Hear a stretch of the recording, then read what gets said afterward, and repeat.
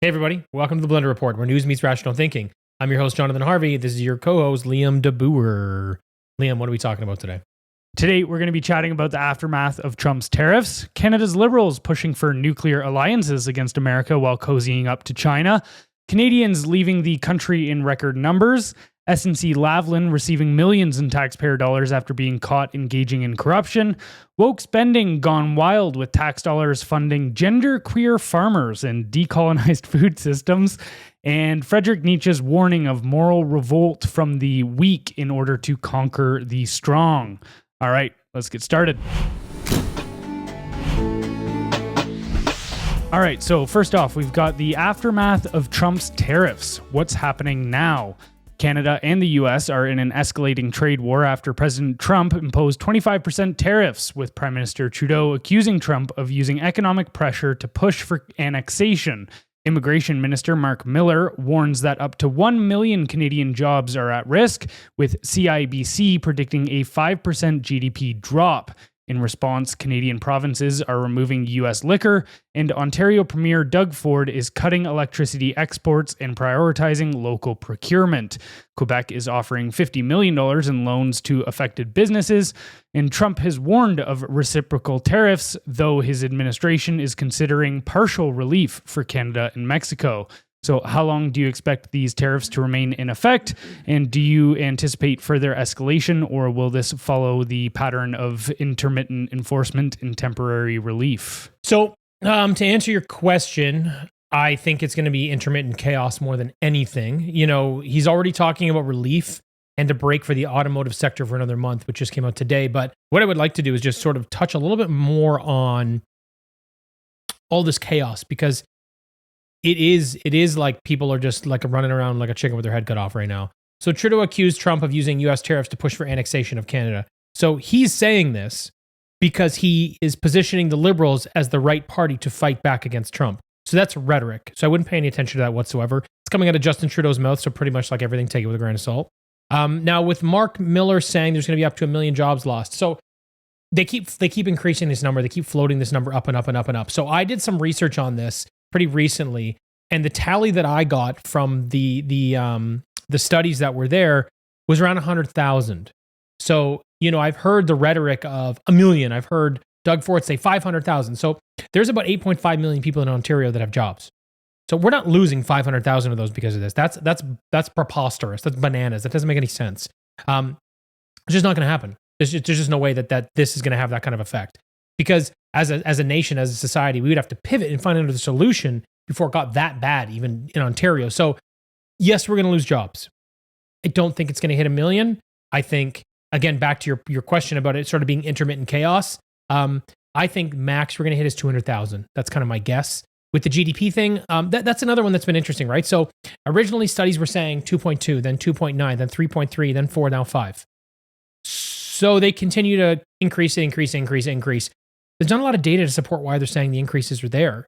And again, if you go back to the intermittent chaos of this, you're not even going to see that. It's not even going to be close. So I do think it's a bad situation. I think the number that I trust the most right now is around 3%, you know, maybe around 100 billion annually, which is significant. Don't get me wrong. That's where I think that sits. Now, with the Canadian provinces removing U.S. alcohol from stores in response to tariffs, I think that's funny. I just think it's funny. Like, all right, if that's what you want to do, go ahead. Ford is actually pushed back pretty hard. So he is doing a few things that are going to be quite disruptive. One of them is he's canceled a $100 million contract with Starlink. Depends how you feel about that. I don't love that move. Elon Musk launches 90% of the rockets from Earth. He's launching the large majority of satellites. He's doing it at far more cost-effective rate than anybody else. So if we need this infrastructure, I'm telling you, we're not getting it any cheaper. We're about to pay 5x for that. That's my guess.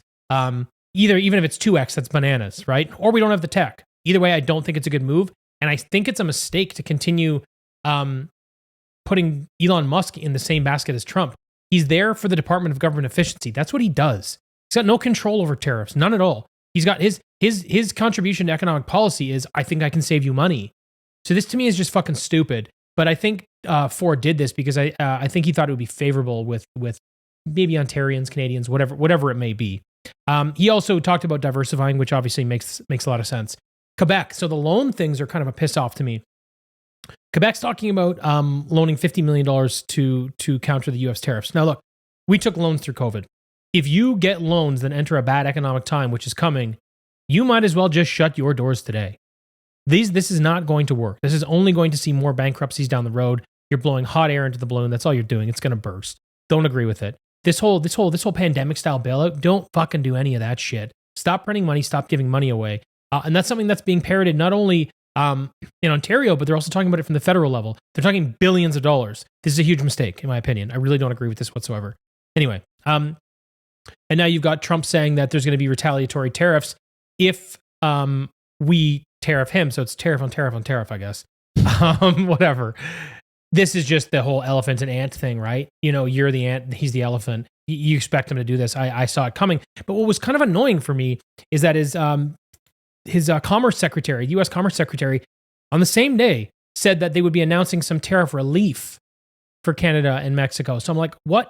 This is the chaos part. Like, what the fuck are you doing, dude? Just get your ducks in a row and press play, because he's starting to look like a bit of an idiot on this because he's just so disorganized. And now, like I said, today they talked about rolling back the auto tariffs for at least another month. So I think it's going to be on again, off again. I think right now it's just super, super chaotic.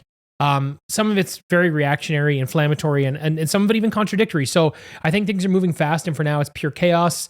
And I would say just sort of to keep your finger on the pulse, you pretty much have to read the news every 15 minutes, right? Yeah. But that's my take on what's happening right now. Yeah, it's changing so fast. It's really hard to actually build any sort of opinion or even just a projection of what a solution would be when you don't even know what the scenario is. Yes. But that being said, I also think, look, it's a very telling sign that we've been talking about these tariffs, Trump and Canada, all of this kind of stuff, this whole brewing trade war. It's been in discussion for about 2 months now. 3 months, 2 months, 3 months. He was ranting about it on podcast even earlier. Yeah. What actual changes or what actual policy positions has our government taken since then? Well, none. Because Literally they're nothing. pro-rogue. Zero. Other than the fentanyl czar, which was just a symbolic gesture. Which we discussed. They're not giving us the real information, so they're not attacking the problem. Right. Really, it was just sensationalized nonsense. Right. And again, I don't trust the political party that is completely intertwined with organized crime to properly crack down on organized crime. But so they're doing nothing. But the biggest issue I see with Canada right now, and I think this is actually the most dangerous thing that's underlying our entire scenario, isn't necessarily the tariffs, but our delusional, and just in general across all of Canadian society, this delusional idea that we hold more leverage in this scenario than we actually do. It's like going into a fight you stand no chance in, and we've used this. Elephant in the ant. Right, yeah. Elephant in the ant. And at least if you're in a scenario where, okay, an elephant is trying to stomp you and you're an ant, you should take stock of the fact that is the scenario and conduct yourself accordingly. Dig a hole underground. Well, and you have fuck right off.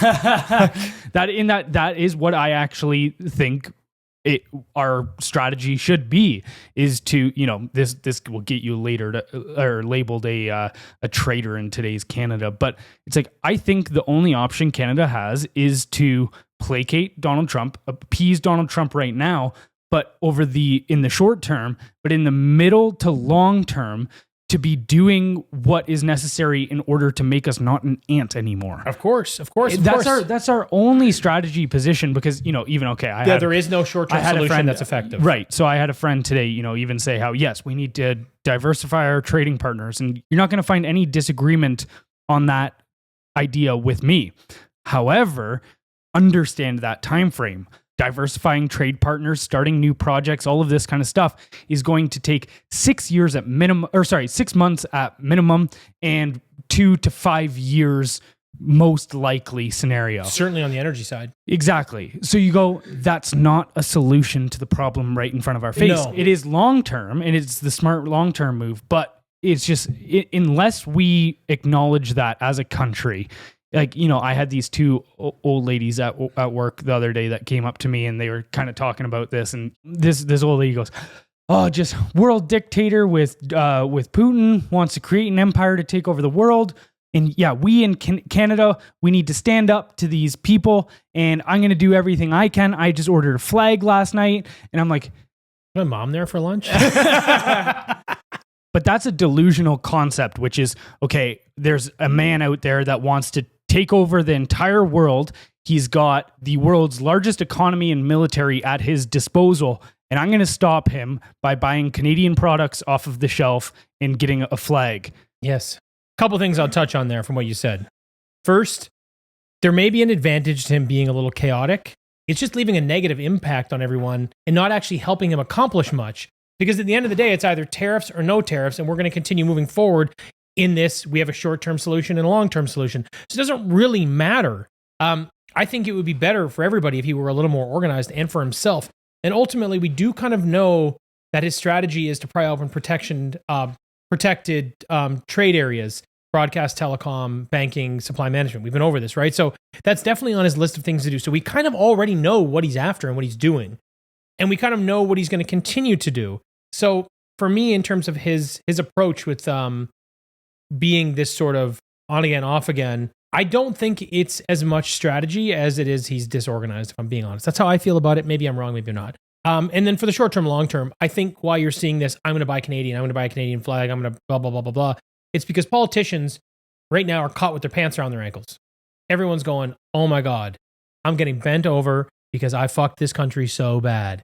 And they don't want to admit that. So what they're going to do is say, here's how we fix the problem. Because you can't have no solution for it. We can't really do anything. You can throw tariffs at him, he can do it back. There is no way, like you said, the only real way to do this, and I think everybody's pretty clear on it, it's diversifying trade, leveraging natural resources.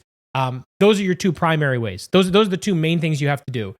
If you do that, then you're not beholden to America anymore, right? Well, and going back to the fighting analogy, okay, we just got locked in a cage with an opponent much bigger, stronger, more well-trained and prepared than we are. Yes. Like, this goes against everything on my individual philosophy level, but as a nation, I look at that and go, you have one option. Try to play dead. Yes. Just say what you need to say, because you put yourself in this position. You got in the cage. You made yourself the ant. So if that's the position you put yourself in, you have to play yourself out of it appropriately, not with ego, not by lying to Canadians that if you buy a couple Canadian goods, everything's going to be fine and we're going to go tariff to tariff, dollar for dollar on tariffs with this guy. That's not going to work. But again, I think these people are just throwing shit at the wall because there is no good short-term solution. And if you don't give the people something, you look like even more of an asshat. So they're just convincing them they've got the solution, which we all know they don't. Yeah. And I think Trudeau's announcement in regards to all of this was very telling about how, yeah, okay, if this is your big announcement in the face of all of this, if this is what you're laying out to the world, you're admitting you don't have any cards. We're going to choose to not go on vacation in Florida or Old Orchard Beach or wherever. We're going to choose to try to buy Canadian products and forego bourbon and other classic American products. And yeah, we're probably going to keep booing the American anthem. What an asshat. So, okay, the three big... I'm super against booing national anthems. Well, in the three big pushbacks that I have, he's saying this, the three big pushbacks we're going to have is we're going to ask our citizens not to vacation in Florida. We're going to get them to try to buy Canadian where they can, because it's not very easy considering we don't manufacture much. No. And then also, we're going to boo your national anthem.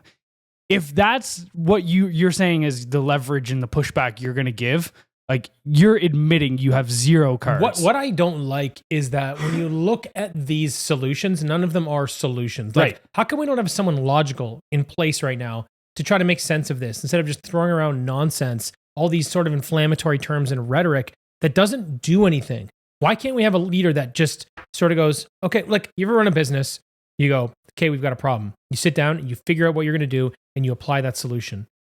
These guys have had months to deal with this because they knew it was coming. And that's what he's telling me? Like, how is this the guy that's running this country? Like, no wonder we're so fucked. Well, I'm going to set the stage for our next topic here, but this is something that I've thought about in regards to this whole scenario that we're watching unfold. Okay, consider. We know that the Liberal Party, and we've talked about this pretty all throughout our podcasts for the last year. We know that the Liberal Party, in a bunch of different ways, is tied into this idea of post-nationalism in a world of one government, one world governance through institutions like the UN, NATO, and these global bodies, right? So you've got this one group that transcends national lines that's trying to create a international order, essentially, right?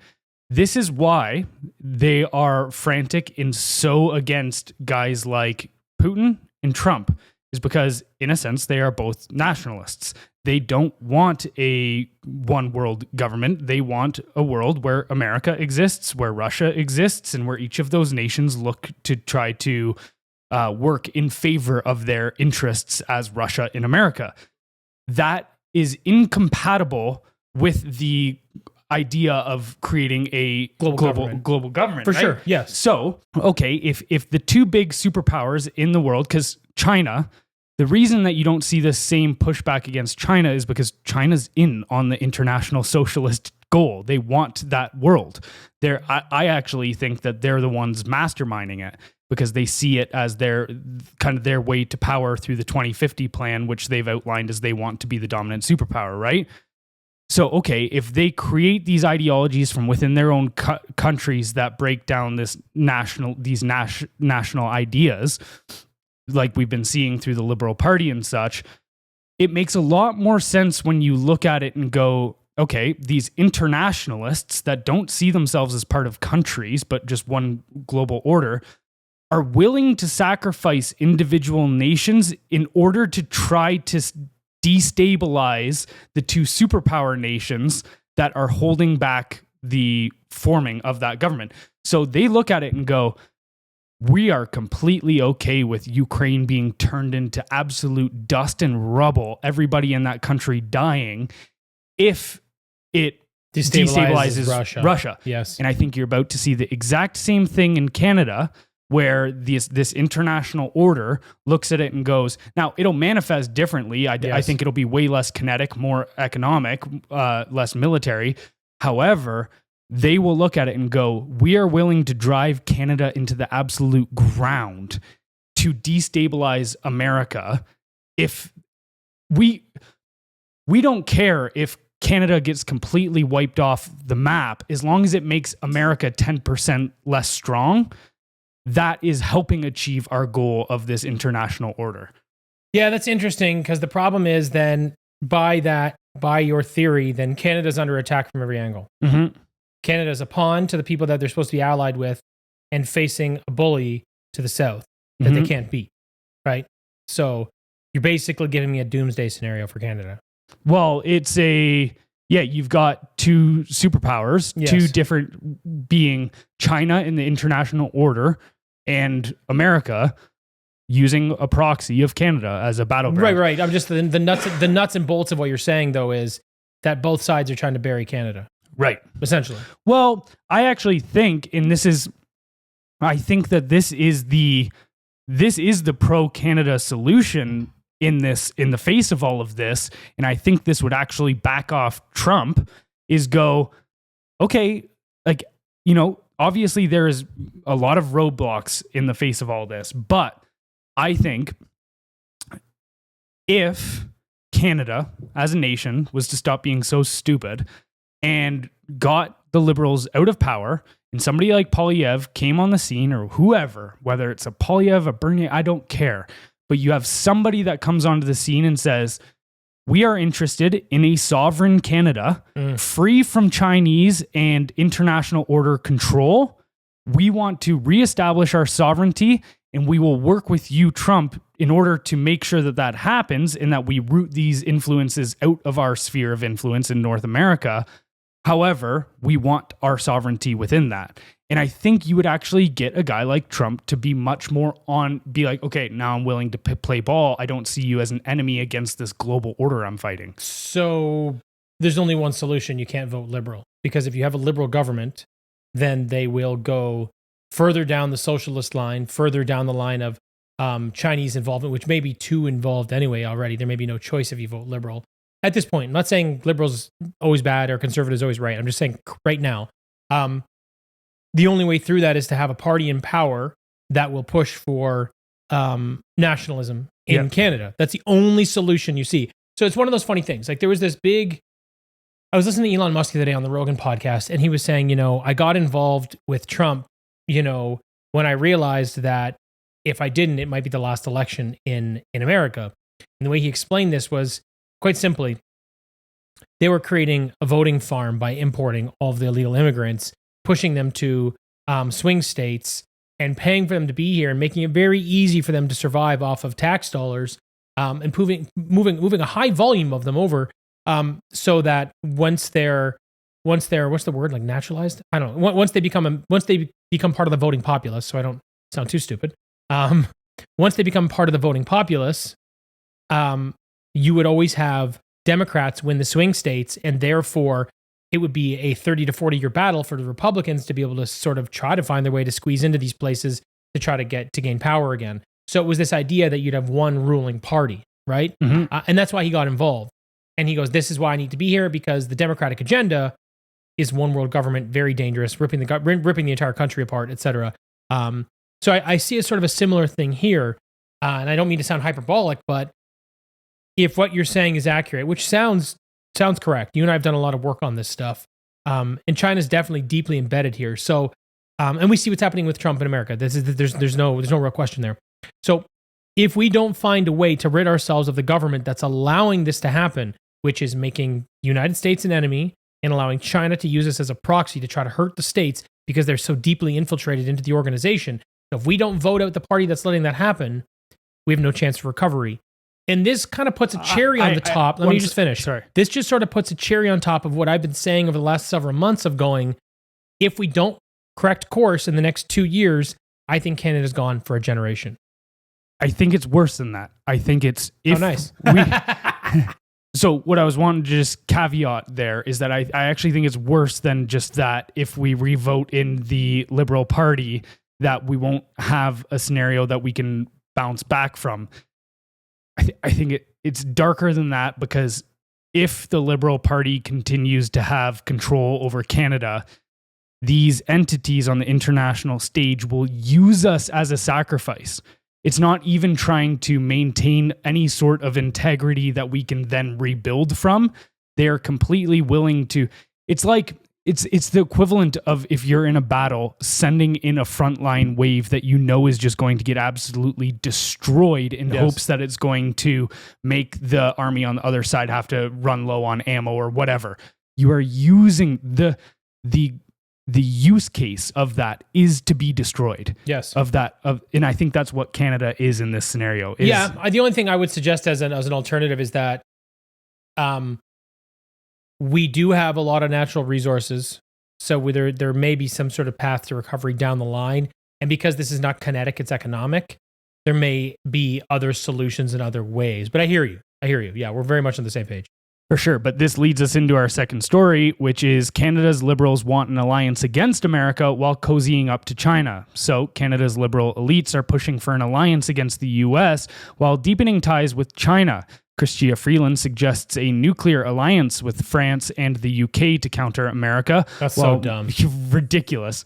While Mark Carney absurdly compares Trump's tariffs to Hitler's global ambitions. Carney falsely claims Canada is vital to the US semiconductor industry while ignoring Canada's economic reliance on America.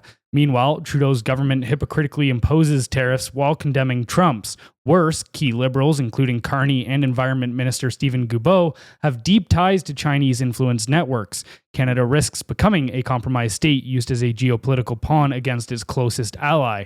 So, on a scale of 1 to 10, how delusional is the idea of Canada militarily posturing against America? Is there a negative option? Say less than 0. This is a real problem. China's deeply embedded in everything from organized crime to the federal government in Canada. They have their own police stations. They've infiltrated the CBSA, which we know. Hell, they've even infiltrated our level 4 biolabs. We may be partially responsible for COVID. You know what I mean? So nothing in Canada is really safe from China at this point. So it's that's one side of it. You know, and in terms of making anybody an enemy, I mean, Canada's in no position to have an adversarial position with anybody. Like, shut up. You just aren't, because we don't have enough of a military to defend our own border. So you want to sit there and bark diplomatically.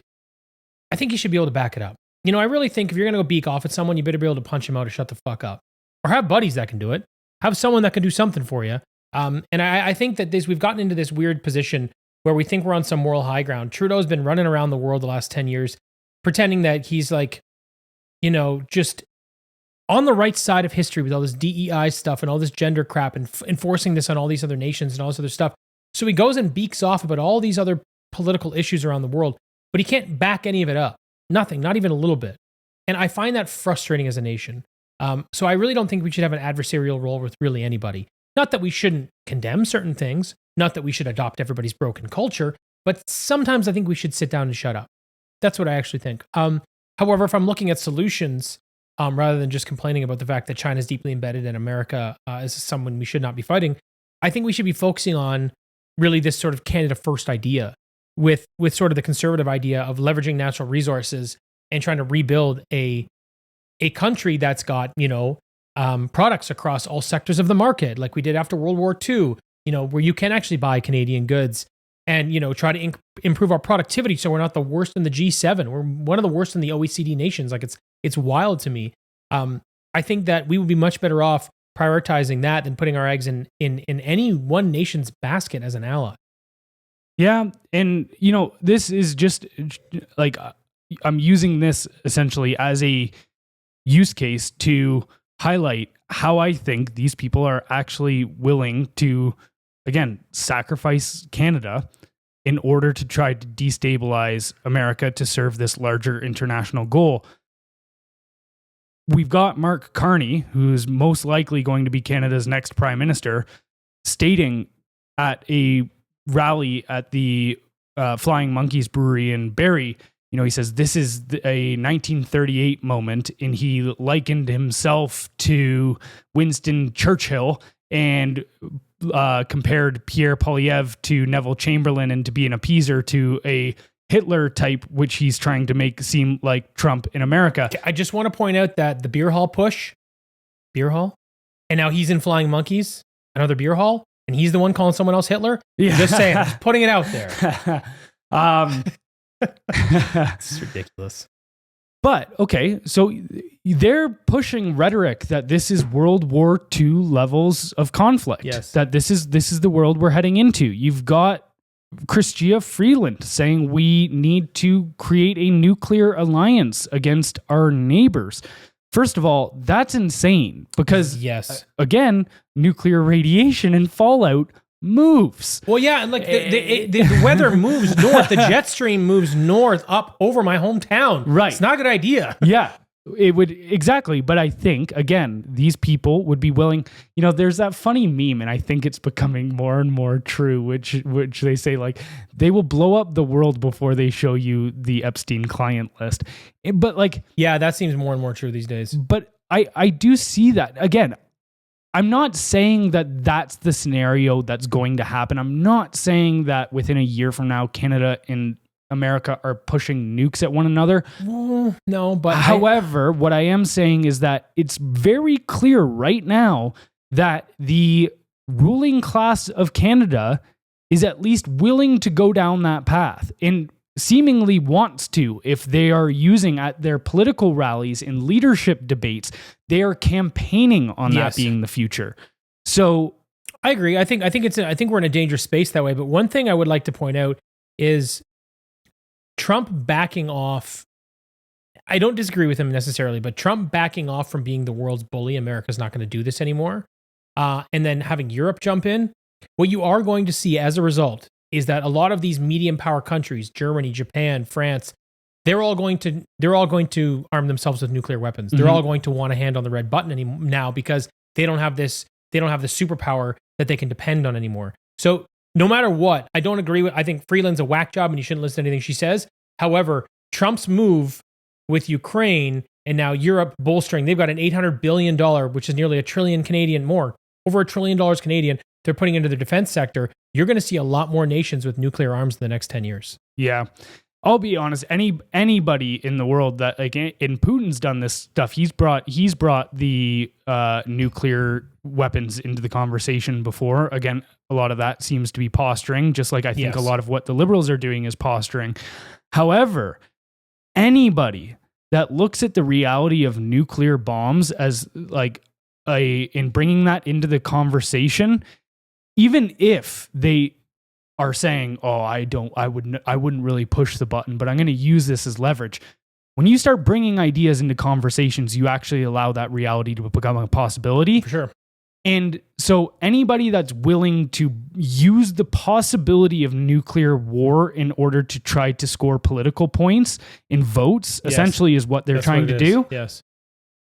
That is psychotic behavior. I agree. I want to put it into perspective of like what a nuclear bomb is. It's terrifying if you just take 20, 30 minutes out of your day just to understand like the world we live in and the military capabilities now, and just actually do like look at how much, say, an H-bomb, which a lot of the atomic bombs are now, the capabilities of the bombs that we have now nuclear-wise are far and beyond what were dropped on Japan. If, let's say, they were dropped on Toronto, everything within Toronto, Etobicoke, east to Oshawa, all the way up to Richmond Hill, all of that incinerated. Your structural capabilities from even just like the blast radius, the air that would get pushed off would reach up and start shattering windows and breaking down buildings and bury. So like we're talking about like these kind of weapons. That's 100 kilometers. Right. Just for anybody that wants to know. Right. For anybody that's not from the area. So just comprehend in your mind that these are what these weapons are capable of, and then realize that your political class is using them as political leverage. Yeah, I mean, we've got enough nukes to blow the world up over 12 times. Right. That's wild. And so I just go... We got enough already. And so I go... Maybe just share some of them. Yeah. And so I go, anybody who is bringing that into the conversation is like, you're willing... That what that tells me is that you value power over a potential where the world is ashes. What's frustrating for me a little bit about this whole thing is Donald Trump's been talking about disarmament and reducing the number of nuclear weapons. And now the Democrats and liberals, the left parties are talking about increasing the number of nuclear weapons. That's very... This is one of those things where people that say, "Oh, I'm blue no matter who" in the US, right? Because that's the Democratic color. I don't like that we do it opposite here. It's annoying. But anyway, you know, I'm a liberal, I'm this, I'm that, and this is my identity, and that's my opinion. Just pay attention to that one thing.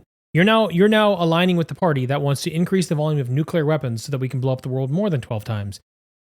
Your party has changed. This is why logical thinking people are shifting to the right, because that party has become fucking dangerous. Hey everyone, we hope you're enjoying this episode. If so, please consider leaving us a kind review wherever you're listening.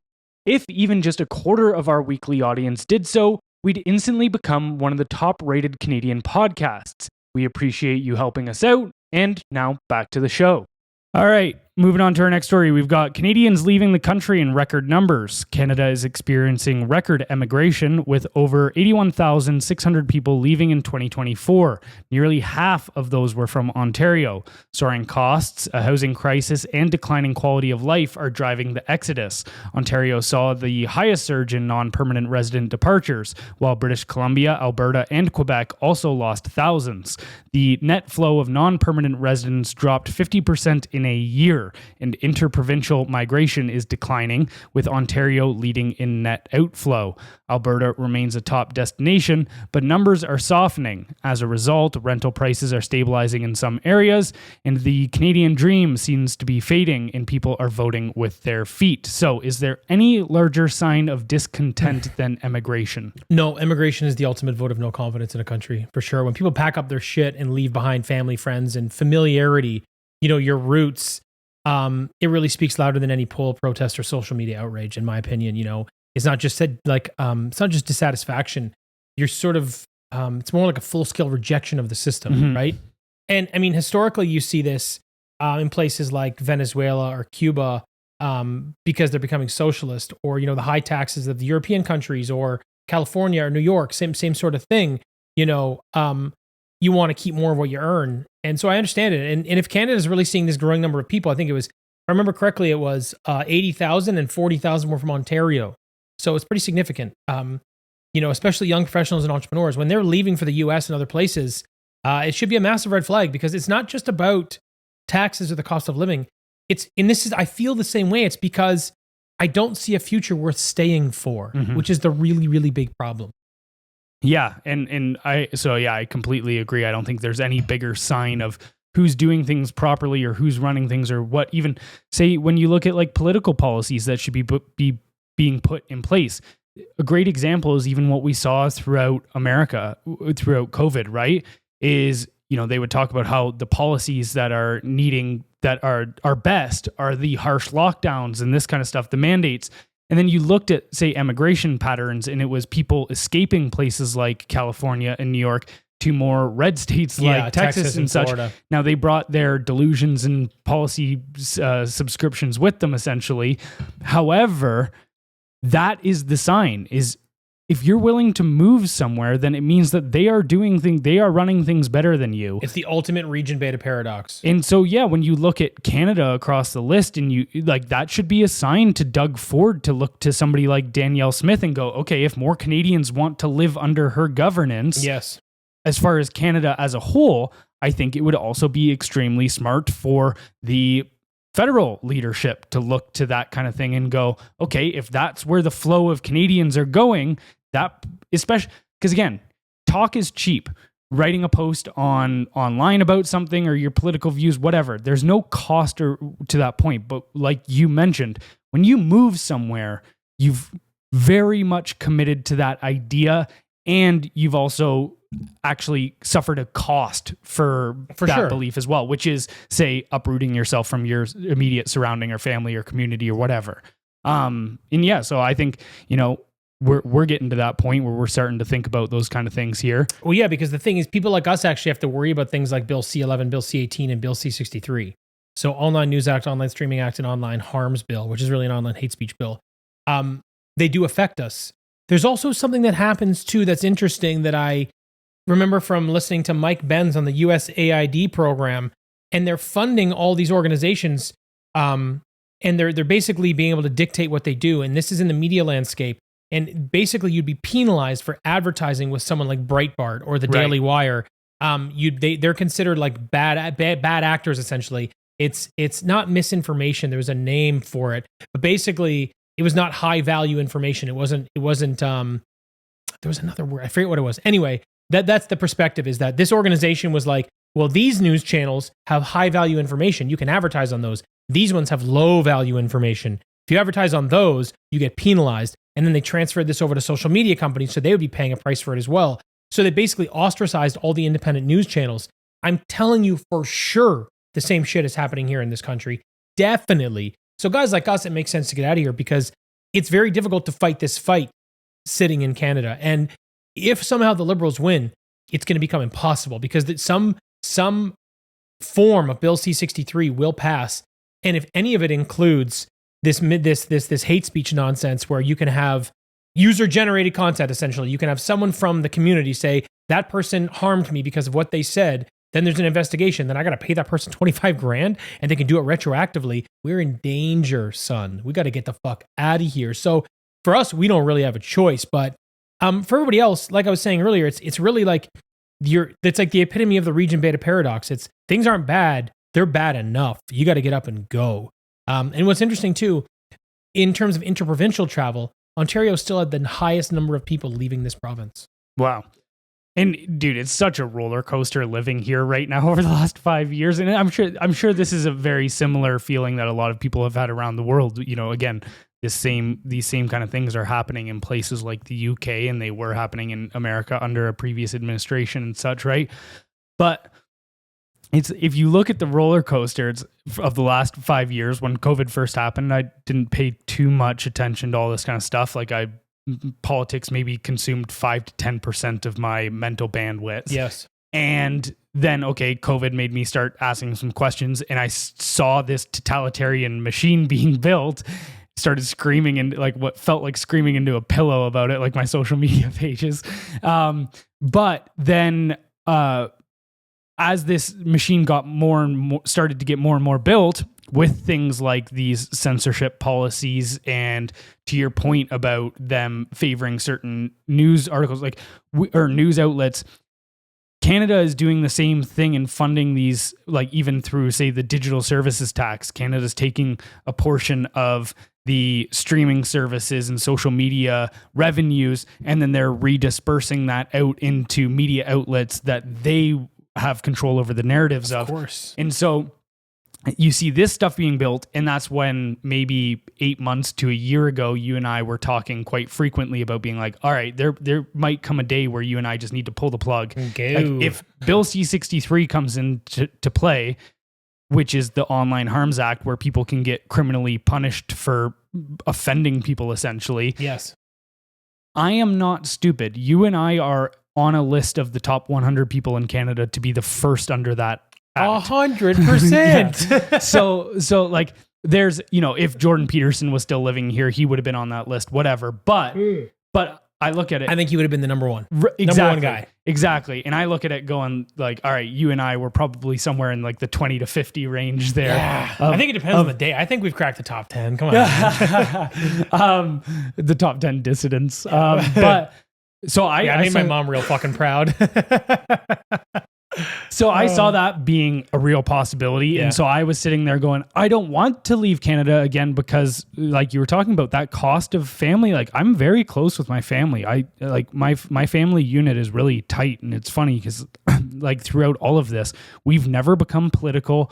The family unit is what is important to us.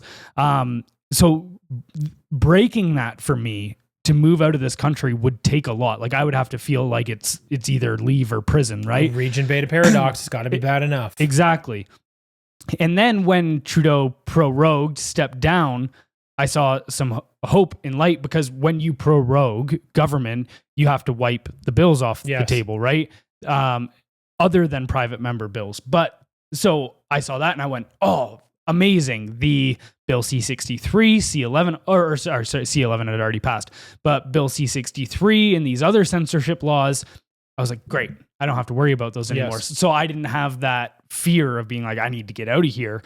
But then once all this America war started, now I'm sitting here going, oh, I'm sorry, I will not be used as fodder for cannon fire in your guys' globalist war. Like, I am not going to sit here.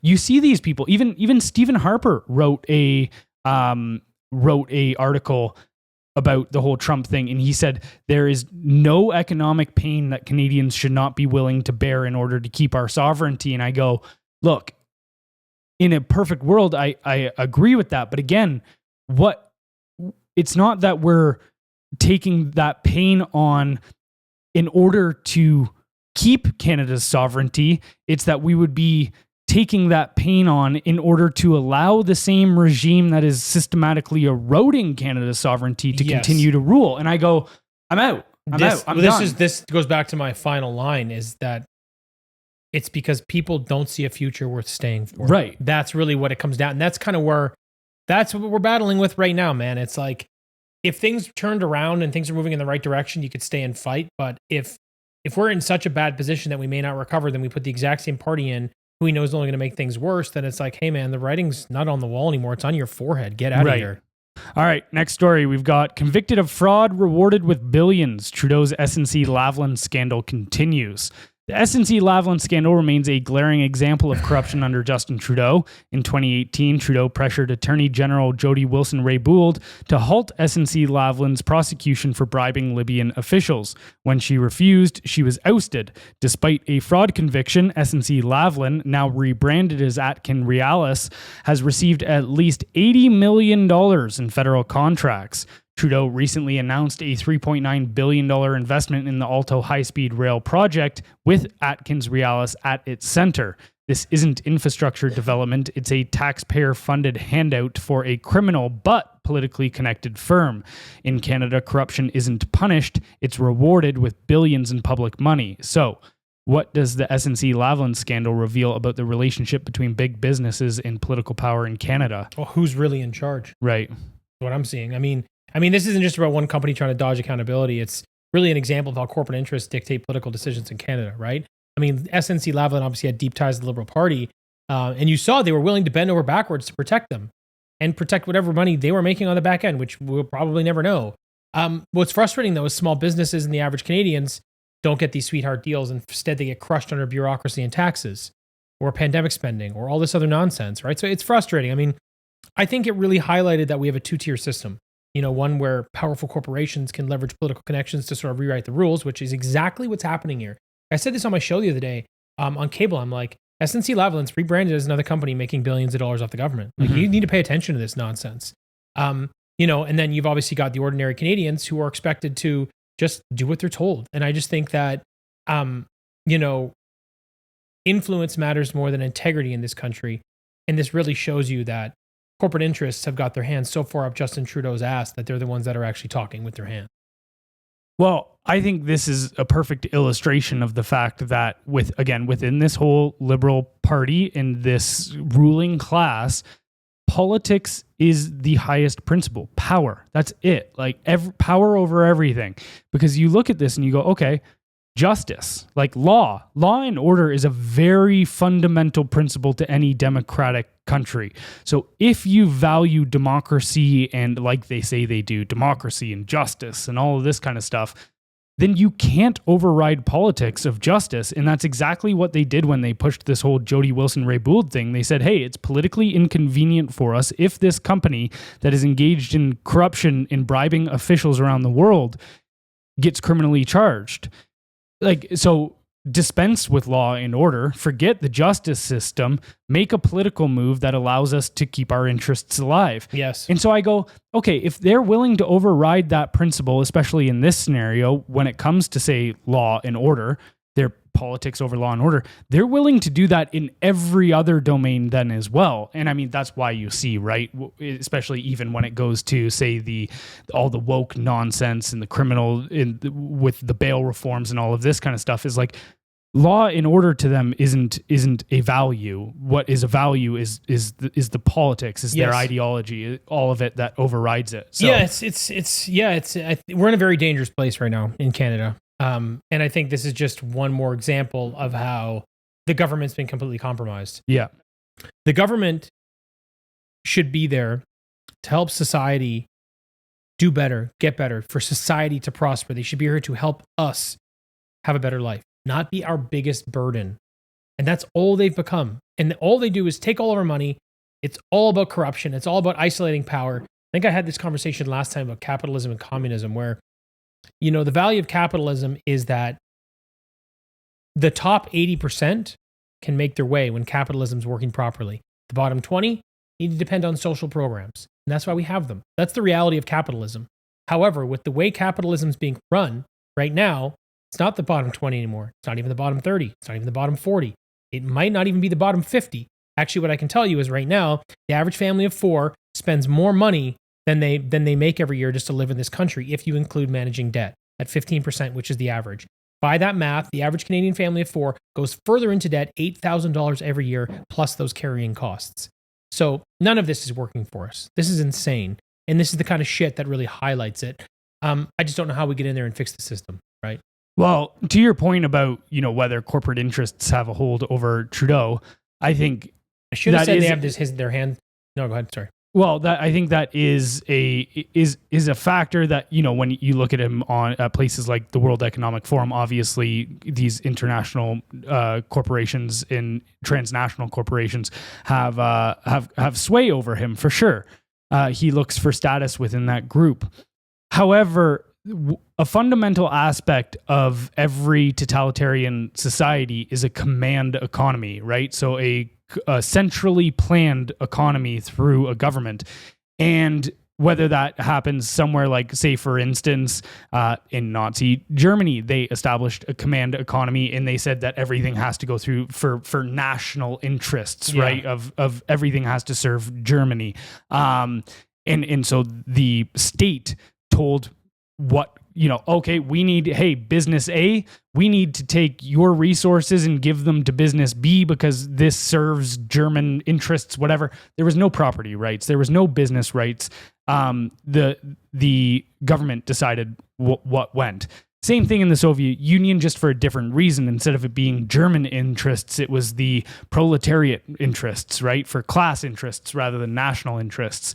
And so I think this is what you're seeing in Canada, where I don't think it's the corporations having control over the government as much as it is the government having control over the economy through helping monopolies thrive. Because this is that whole concept of high degrees of regulation and public spending benefits the largest corporations because it ends up creating a barrier that no other competition can get through for them. So they have the market cornered. However, what they pay for that privilege per se to be a monopoly is to allow the government to have a high degree of control over them. It's like, yes, but it's chicken or the egg, right? Because if you are wanting to control an economy and you understand that the more regulation and the larger government is, the easier it is for you to monopolize markets, what do? Right. You implement people that can help you grow the size of government so that you can monopolize markets, which is what you're seeing here, is they're the ones who are really in charge. Yeah, and I don't know, maybe then the best way to look at it isn't even necessarily a, whose interests are dominating whose, whether it be corporate or public, but rather, where are interests aligning? This is a very good point about the way that power operates in, say, America. I can't remember who the scholar was. He was a university professor who wrote back in the 1970s a whole book on this. But the concept is like, okay, yes, in the Soviet Union or in Nazi Germany, all power resided within the state, everything that happened in society. But he said what's different in regards to America is that power is kind of centralized between three groups, which is the Washington, D.C. political class, Wall Street finance, and then the military industrial complex and these larger corporations. And so it's like it's the intertwining of the interests between all of those people that creates a power center, right? Yeah, it's sort of your Venn diagram, I guess. Exactly. Yeah. And so it's a very similar thing, I think, probably that's happening in Canada here, where maybe it's not, okay, the corporate interests have taken over the state in order to have their interests served, or vice versa, the state taking over the corporate interests, but it's just this intertwining where the line between the two almost becomes eroded. Well, yeah, I think what it is just pick your path. It's like, if you go this way, then you're on think about it like an all-star game. If you go this way, you're in the American League. If you go this way, you're in the National League. You're still all playing the same game. You just play on different teams. Yeah. That's how I see corporate interest in government. One found a way to make more money because they're more intelligent. Government, people that are in government found a way to seek power. That's what they were. So it's like one of them is more capital-driven, the other one's more power-driven. But they both fuel this engine together. You need both to operate, right? That's kind of how I see it. I just think that obviously the people that are making more money are more intelligent at scale. Mm-hmm. So these are the ones that are really in charge if I were to pick, because it's like you need someone steering the ship. As you and I have said, if you have too many cultures in one society, there's too many people trying to drive the boat in too many directions, you basically have war. So it's the same thing with this. I believe that corporate interests, there's more of them.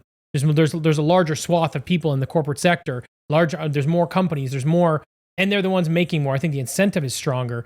Plus, the thing is, once you're in government, if you have power, you have power. So your incentive structure doesn't change much. But on this side, it really, really can. Now, Trudeau has moved the needle in terms of power and what he should be able to do and what he shouldn't. But ultimately, that set of rules is already in place. So the corporate interests, though, are where you can continue to scale up. And then what you're seeing here, if SNC-Lavalin is still getting billions of dollars in contracts, it's clear to me that they're the ones that are really in charge. Yes, you need both, but they're the ones that are steering the ship. Well, if we bring this back to this internationalist agenda, right? The UN and the WEF have assigned strategic framework with this whole Agenda 2030 thing, right? So you're seeing that, okay, even on these international, like SNC-Lavalin they're a big scale player in Canada. On the international stage of businesses in this whole World Economic Forum realm, they would be a small scale player. Yes. Same thing with Canada. Within this sphere, the Canadian government has a lot of power. On the global scale, it doesn't. But you're seeing these, this is what you're seeing all around the world right now, is this intertwining between this very, what we see in China, where the state and the corporations are intertwined. And you're just seeing that kind of system start to be created in our own nations. A good, you brought up earlier in this episode, in this topic actually, about how you think that government should be there to help us. This is how I view it, is like your society and your economy is a game. If we think about it like just any other sport, the government's role is to be the referee, to establish the rules of the game and to make sure that the competing players follow those rules so that there is an even playing ground. What's happening now is you've got players on the field within the economy, the corporations, and the referees colluding in order to make sure that the conditions are there, that they score more points, that they get the ball more, the other team gets the penalties, this guy can elbow me in the corner and gets away with it. That's the SNC-Lavalin corruption thing, right? Like, we won't blow the whistle there. So to me, a government's role within society, and we've far overshot this now, is it needs to be an impartial player of just establish the rules, the rule of law, and uphold it for the game to work. Yeah, I would go so far as to say they have players on the field at this point. For sure. Interesting. Mark Andreessen, he's one of the original investors in Facebook, super, super brilliant tech guy from the US. He was in a meeting about AI with the Biden administration. This is why he flipped over to Trump. He goes, we're in there talking about AI, and he goes, this is how the government was talking. Here are the 3 or 4 companies we're going to allow into AI. We're going to make it untenable for anybody else to enter the market. So to your point about sort of this China system of integrating government into business, and they go, well, this way we can pass regulation and we can keep control of these companies in the industry. You guys can all make your money, but we can basically regulate and dictate what happens within this industry and use these things to our benefit. And anytime any small player tries to come to the market, they either get swallowed up or we don't even let them get close because the cost of entry is impossible. We put policy or regulatory rules in place so they can't even enter the market. And then what he said he noticed was that this is what the government does with every industry. Mm-hmm. They basically monopolize it by having a few key players and then let everybody else fight for the crumbs just so they think that it's democracy and it's legitimate capitalism, but it's not. The governments are in control of these industries because they control the number of players that are actually able to move the needle. So this is the same thing you're seeing in Canada. I think it's the same thing you see in Western governments around the world. I think it's their own version of how do we play China's game. Yeah. I think we're just fooled into thinking that it's a different color. Yeah, I think they see China as the model for sure. Well, yeah, but here's the thing. I don't agree with how China runs their country, but if you don't, and I don't mean to give the government credit for this, but if you don't have a system in place that can compete with them, they're playing chess while you play checkers because they can have the same government for 40 years. They can take a large swath of companies which individually look harmless, but when you integrate them, you understand how to make them operate against the entire world. Mm-hmm. And you can make them, instead of, selling something to this company because you can make more money, they go, no. You're going to change your operations. You're going to sell it to this company because they can do this with it, whatever X may be. And then that's a benefit because now we can corner this market over here and we can move this through this. And and this is how I think their Belts and Roads initiative has done so well and how they've sort of been able to slowly take over the world, good portion of the world through economic warfare. And exactly to your point earlier in the podcast, how they've infiltrated Canada so deeply and they may be the masterminds behind this entire thing. Mm-hmm. Yeah, I agree. All right, next story. We've got woke spending gone wild. Your tax dollars are funding genderqueer farmers in decolonized food systems. The Canadian government is wasting taxpayer dollars on ideological pet projects instead of addressing real issues. Millions are being funneled into initiatives like genderqueer farmers, decolonized food systems, and diversity programs in agriculture and energy, with no measurable benefits. Meanwhile, Canada's deficit has ballooned to $60 billion, far exceeding projections, while healthcare, education, and infrastructure suffer. This reckless spending mirrors historical failures where ideology trumped competence, leading to economic collapse. Hayek warned that central planning leads to serfdom, yet Trudeau's government continues down this path, prioritizing performative activism over responsible governance, while Canadians struggle with rising costs and declining services. So, how does this kind of spending impact Canada's long-term economic stability and global competitiveness? So 5 sort of major things happen. Obviously, you have a bit of a debt spiral followed by higher taxes, which we're all feeling, right? Instead of funding productive sectors that generate economic returns to solve some of that problem, like infrastructure, innovation, or skilled trades, which we desperately need, the government's diverting millions into niche ideological projects with no measurable benefits. So that's going to be a huge problem for us down the road.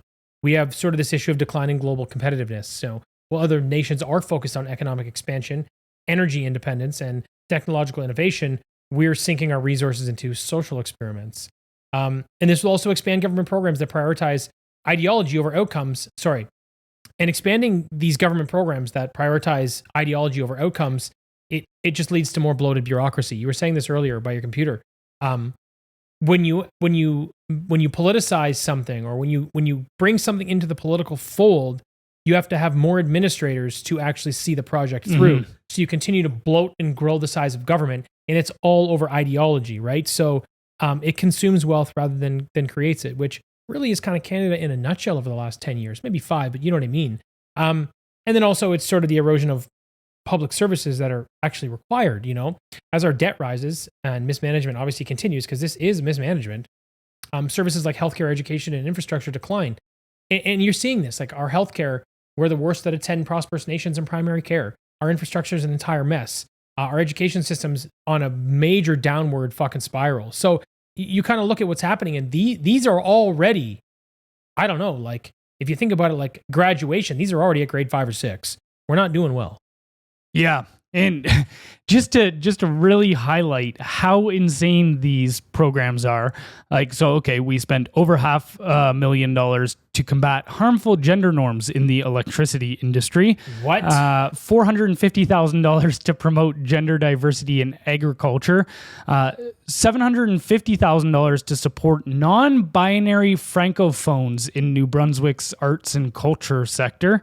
Nearly $350,000 to help genderqueer farmers overcome barriers to participation in the specialty cut flower sector. Wow, that's very particular. That's very niche way of spending our money. $333,000 to decolonize the food system. Like, what do these even mean? What is that? I was just going to say, what? Yeah. What? But wait a minute. How did the food system come to be? Well, they think colonialism is that agriculture is a byproduct of colonialism. Okay. And colonialism is evil, so therefore we need to change agriculture to fight colonialism. But everything's here because of the colonialism by their math, right? So if all the food systems and agriculture is here because of colonialism, how can you take that out and still have food? They haven't thought that far ahead. Okie dokie. Very, very similar thing that happened in, dude, I actually, this is, I'm not even saying this maybe it is a little tongue in cheek, but it sounds so insane that it's legitimate. This is gay Soviet Union. So, and I mean that in a very legitimate way.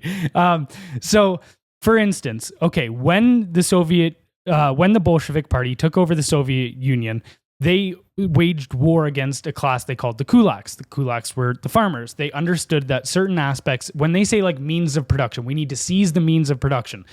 These are the industries and all the technology, everything that creates society the way that it is. They think that the way society is responsible because of those things. So they go, okay, we need to get into this system. This agricultural system is actually a tool of oppression.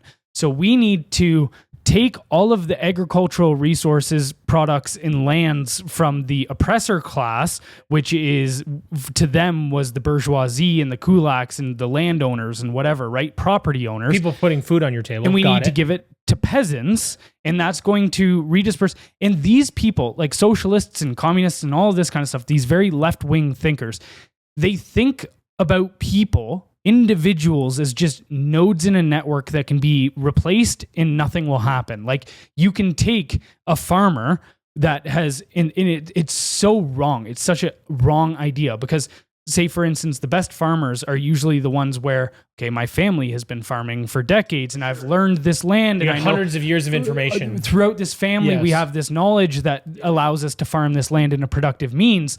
Well, these people think that you can just go, nope, we're going to give this to a non-binary person and this is what's going to create society to be more fair and equal, and not think that you can just cut off that generational knowledge and competence and just that you can just throw whoever into there and it will run the exact same. Yeah, I mean, it is delusional. But this is why this exact policy, these ideas are what led to the Holodomor, where in Ukraine in the 1930s, where millions of people starved because they took the so-called oppressed class, put them into very specific positions that needed and required knowledge. And when they did that, everything fell apart. It fell apart, and there was just literally no food to give people. Yes, I mean, it's kind of, to me, what's so ridiculous is just there's just no use of logic.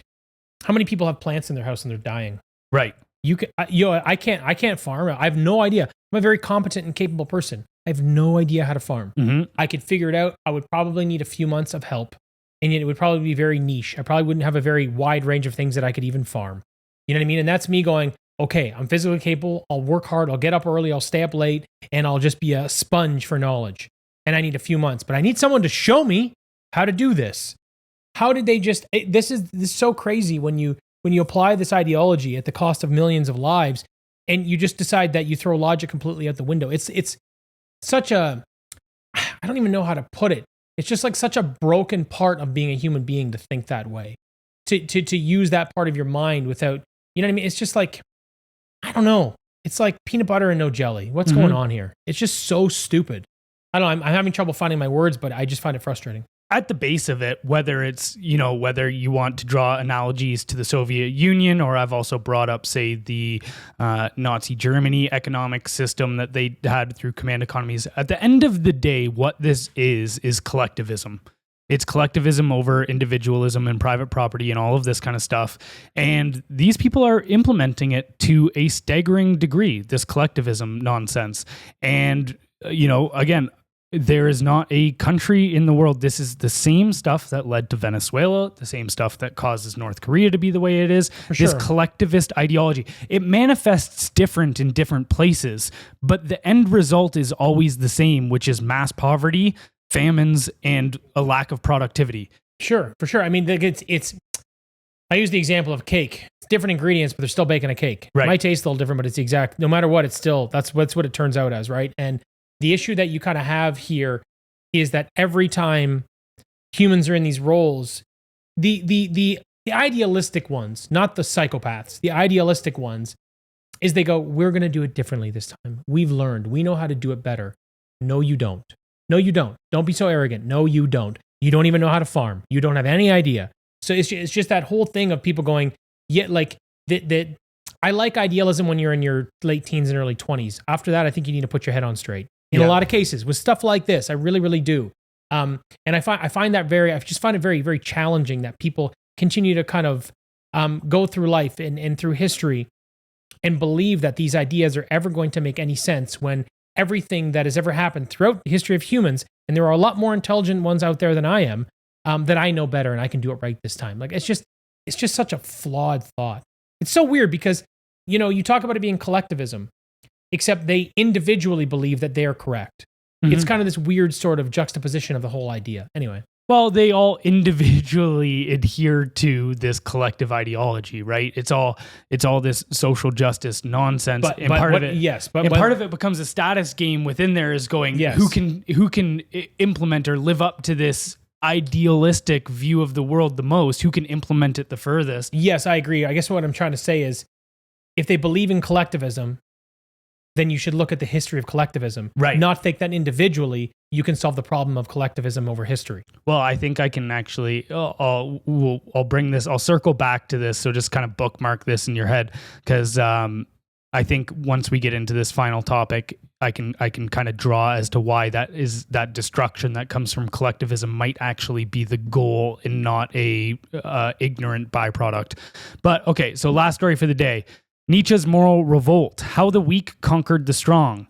Friedrich Nietzsche was a German philosopher whose work dismantled traditional morality, exposing it as a product of power struggles rather than objective truth. In his book On the Genealogy of Morality, he argues that what we will call morality is not a universal principle, but a psychological weapon used by the weak in order to restrain the strong. He distinguishes between two different types of moral systems: master morality and slave morality. Master morality is the ethic of the powerful, those who define good by what is strong, noble, and life-affirming, while bad is seen as weak and contemptible. However, slaves have slave morality. By contrast, this emerges as a reaction against the powerful. It is the morality of the oppressed, built on resentment, inverting the values of the strong by glorifying meekness, humility, and suffering, while condemning strength and dominance as evil. Nietzsche calls this the slave revolt in morality, where the weak, unable to overthrow the strong by force, redefine morality to serve their own interests. This moral shift, driven by resentment, allows the powerless to claim moral superiority while fostering guilt in those who embody strength. The problem with slave morality, Nietzsche argues, is that it suppresses excellence, breeds a culture of victimhood, and fosters a stagnant society where ambition and vitality are stifled. It is a morality that denies life rather than affirms it. To move beyond this, Nietzsche calls for a reevaluation of values where humanity sheds the morality of weakness and reclaims the virtues of strength, power, and self-overcoming. Now, I think this is just a very interesting concept. However, I actually disagree with Nietzsche on this concept. However, it definitely helped me see things a little differently. But let's get into the conversation about it, I guess, where resentment fuels the weak to redefine morality as a means of revenge against the strong. So do you think we're seeing this dynamic play out in today's culture and politics? Absolutely. Right. 100% we are. The same dynamic Nietzsche described, the weak redefining morality, to undermine the strong. It's playing out in modern culture and politics under the guise of equity, social justice, and identity-based grievance movements. Today's version of slave morality manifests in a system where victimhood is weaponized, success is demonized, and the power is portrayed as inherently oppressive. Consider how meritocracy is increasingly viewed as unfair or problematic because it rewards competence and ambition. The successful are pressured to apologize for their achievements while systemic excuses are made for those who fail. So instead of pushing individuals towards excellence, society now prioritizes redistribution, safe spaces, and ideological conformity, all of which discourage strength, risk-taking, and personal responsibility. This moral inversion extends to politics, obviously, as well. Policies that punish success through excessive taxation, quotas, and wealth redistribution are justified by narratives of historical oppression and systemic disadvantage, which we're seeing across a myriad of different things in society. It's almost just like, it's like the conversation I've had before about Marxism, is they just kind of choose whatever the topic du jour is, and they use that to funnel these same ideas through it, right? And it's those who create and build and innovate are seen as villains, while those who claim victimhood demand endless concessions. And it's just getting more and more out of hand, which I really think is ruining the fabric of Canadian society. And I know that these things happen, they come and go. My problem with this particularly is that this is not limited to the young kids that are idealistic in college and university. This is permeated into 40, 50, 60-year-olds. Like this is transcending generations. So I think this is a very, very big problem. This echoes Nietzsche's idea of resentment, where the weak, rather than striving to elevate themselves, seek to tear down the strong by redefining morality itself. Right. And so this whole, I just kind of explained to you before this podcast my concept of how authority within the world is structured, and there's all these different levels, right? So there's first kind of good and evil. There's the moral objective. I do believe in moral objectivity. So Nietzsche and I differ very much there. However, so you've got all of these different levels, right? So you've got the moral code, then you've got the more like metaphysical, religions, whatever, individual, then you've got family, community, cities, regions, countries, and then empires, and then all of civilization, right? So there's kind of this structure of authority. And within this resentment, so Nietzsche's whole idea with the resentment, which I think he got right, was that when people become bitter, resentful, they feel weak, their value structure actually inverts. So it's now what would be considered typically good is actually bad. Success is bad, yes. Right? Taking through things like taxes and taking away from the successful is good. And so their actual value system inverts, their hierarchy of how they see the world completely inverts.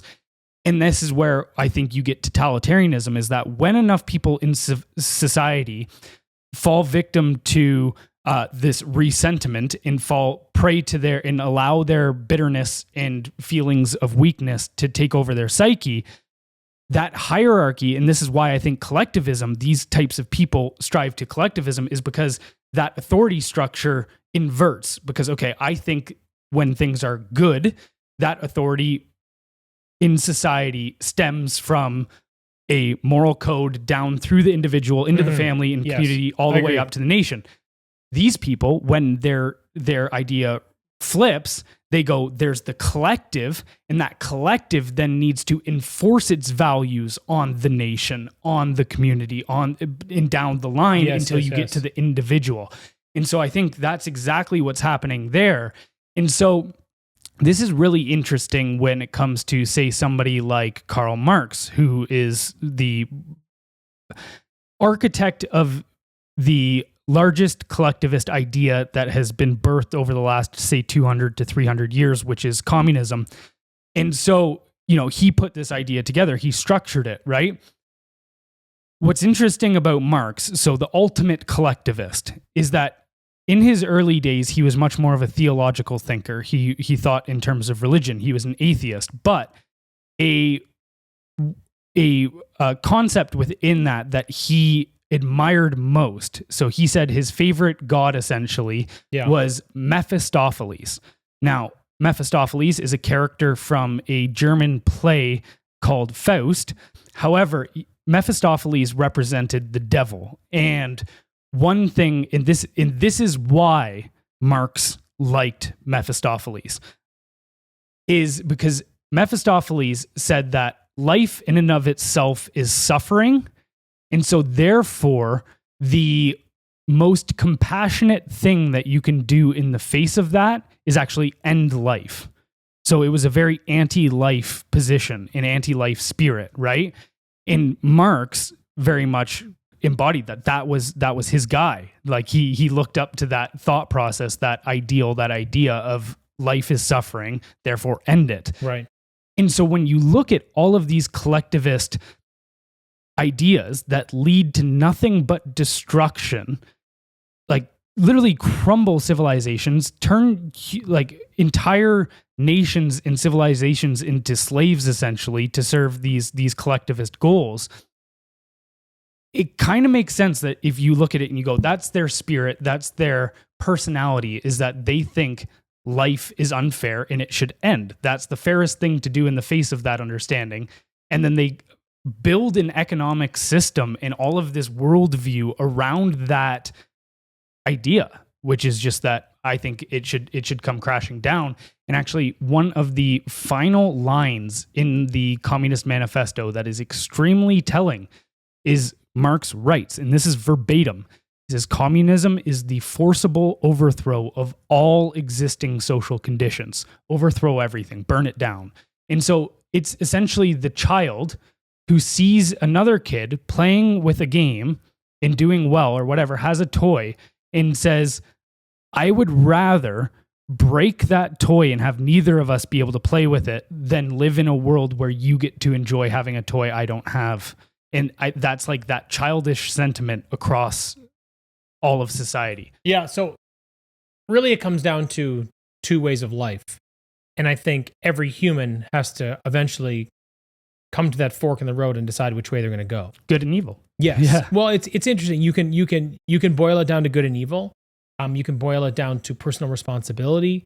You can take it. There's a lot of ways I think to sort of.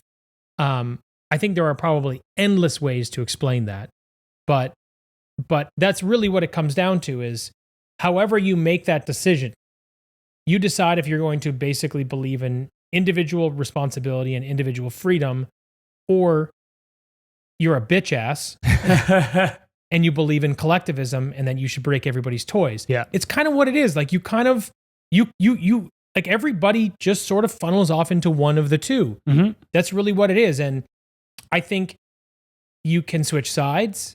And I think that you really don't make these decisions when you're young. I think it happens when you're maybe an adult, a young adult, really in an effective manner, because you're still figuring yourself out when you're young. But that's basically what this comes down to. It's like, which team are you going to play for? And they're both, one of them is, you're going to have to work hard, but you're going to feel great and you're going to be able to make something in your life and contribute to society, and maybe self-actualize and have, just, in my opinion, such a great life. The other one is basically the victim. It's none of this is my fault, and I'm not willing to take any personal responsibility, and I don't have the power, so I'm going to go down this path. I'm weak. One is strong, one is weak. So yeah, maybe one is evil, one is good. Yeah, it's interesting. Well, so and that's how I see, and that's why I think there is such thing as objective morality, and why I don't believe Nietzsche was right on that front, is because, okay, what is good? Objectively good is the creative force that creates stability within the individual, to the family, to the community, to the overall city, stemming upwards, that creates a stable order, essentially, right? Yep.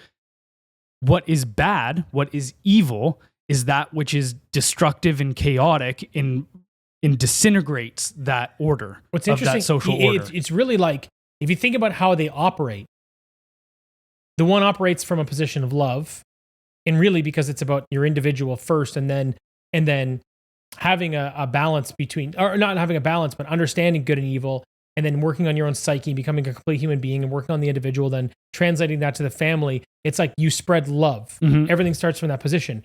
Where the other one is enforced by what? Fear. It's the only way that it works, is you can only enforce that through fear, because you're breaking the individual. Right. That's the only way to do it. Yeah, it's really interesting. Yeah. Well, that's tyranny and freedom as well. Like good, that's good what I'm saying. evil. There's endless ways in to kind of look. The same sense, yeah. where like fear and terror and all of that leads to tyranny. Yeah. And it's the same thing, even weak too, right? So this is why I do think strong is better than good. Strong is better than weak. It's because, okay, even look at COVID. Who were the ones that cheered on the tyranny, the removal of freedoms, all of that? It was the weak. It was the ones who felt like this cold could end their life. No, I think a lot of it was, the cold, but I also think is their team had a lot of power. They got to stand on the moral high ground. Right. They got to be the ones in charge. For sure. That's very empowering for a group of very weak people. Exactly. And so they get their strength through, because a bunch of weak individuals banding together is how they get their strength. Yes. Is they can't stand on their own. Not a chance. They wouldn't even debate people when it comes to like that, their ideas, their ideology, all those things. Yes, right. Yes, of course. But that's that point of being like, okay, the weak people were the ones that cheered on all of the evil that we have seen over the last 5 years. No, it's a really good way of looking at it. It's a really good filter to use. I agree. Totally. So I think Nietzsche missed the mark a little bit on that one, but overall, I think that concept of the idea between master morality and slave morality, and that's why I don't think good is the strong, enforcing their will over the weak. I also don't think it's moral for the weak to essentially shame and guilt the powerful into submission. I think what is good is that voluntary interaction of individuals creating social order through creative forces. Well, ultimately, the weak can become the strong. Yeah. This is the thing is you could, like I said, you can switch sides. You're not pigeonholed because you made this one decision. It's just that there is pain to bridge that chasm. You've got to work at it. You got to take responsibility. There's a lot of work to do to get you in that place if you're on the other side, but you can have it. It's not just for people that are strong. You become strong by doing the work. You're not born strong. It's not the way it is. And I think that's the gap, is these people fall victim to the idea that they can't do anything for themselves and they can't be everybody would rather be on the other side. For sure. Any sane thinking individual that is not lost deeply into that weak side of things, they go, yes, I'd rather be strong. I'd rather be capable. I'd rather have individual freedom. Of course, that's what I'd like. Except they find themselves in this weak position because it was easier to get there than it was to take the harder path. So yeah, it's a really interesting concept. My mind's going to probably wrestle with it all night. All right. Well, before we get out of here, don't forget to head over to our Substack where you can sign up for our newsletter, which goes out 5 days a week and is completely free. You can find the link in the description below. However, it is also blendrnews.substack.com. That's BLENDR news.substack.com. All right. Thanks for listening, and we'll catch you next time. Bye, everybody.